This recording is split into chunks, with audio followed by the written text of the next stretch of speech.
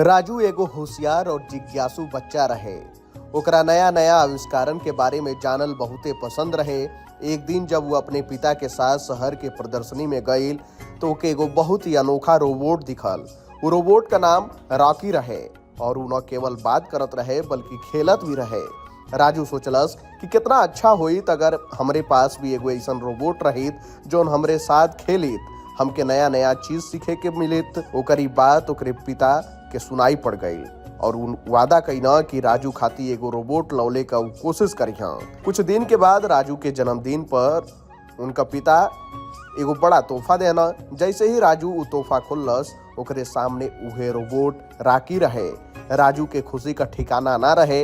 वो तुरंत रॉकी से बात करे लागल। रॉकी न सिर्फ बात करत रहे बल्कि राजू के हर रोज एगो नया नया जानकारी देत रहे।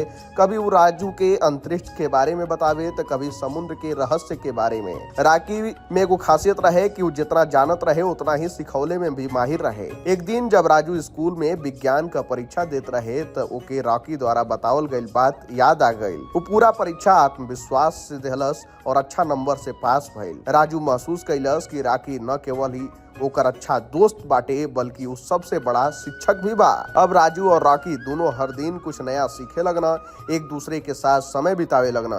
राजू के समझ आ गई कि सीखे खातिर सिर्फ किताब तक ही सीमित ना रहे के चाहिए बल्कि तकनीक और नया आविष्कार भी बहुत कुछ सिखा सकेला। सीख का मिलेला है कहानी से? ये कहानी हम सब के ये सिखा रहल बा कि नया आविष्कार और तकनीक भी अपना जीवन में ज्ञान का स्रोत हो सकेला। हम लोगन के सिर्फ सही तरीका से ओकर इस्तेमाल करे के आवे के चाहिए।